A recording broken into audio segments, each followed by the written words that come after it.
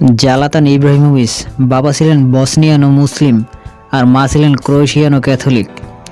ইব্রাহিমোভিচের যখন মাত্র 2 বছর বয়স তখন তার বাবা মার বিচ্ছেদ হয়ে যান। স্কুলে থাকতে তিনি একটা মাস্তান প্রকৃতির ছিলেন এবং সুযোগ পেলেই সাইকেল চুরি করতেন। 6 বছর বয়সে জন্মদিনে ফুটবল উপহার পাওয়ার পর থেকেই ফুটবল খেলা শুরু। সেই সাথে জাতীয় দলের খেলায় স্বপ্নের বীজও বোনেন তিনি।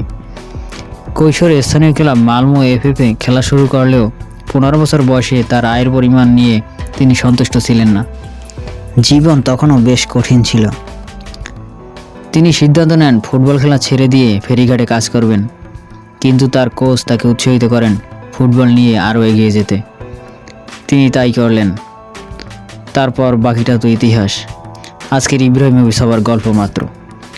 যেমনটি তিনি বলেছিলেন, কে ভেবেছিল রেসেনগার্ডের সেই ছেলেটা একদিন সুইডেন জাতীয় দলের ক্যাপ্টেন হবে।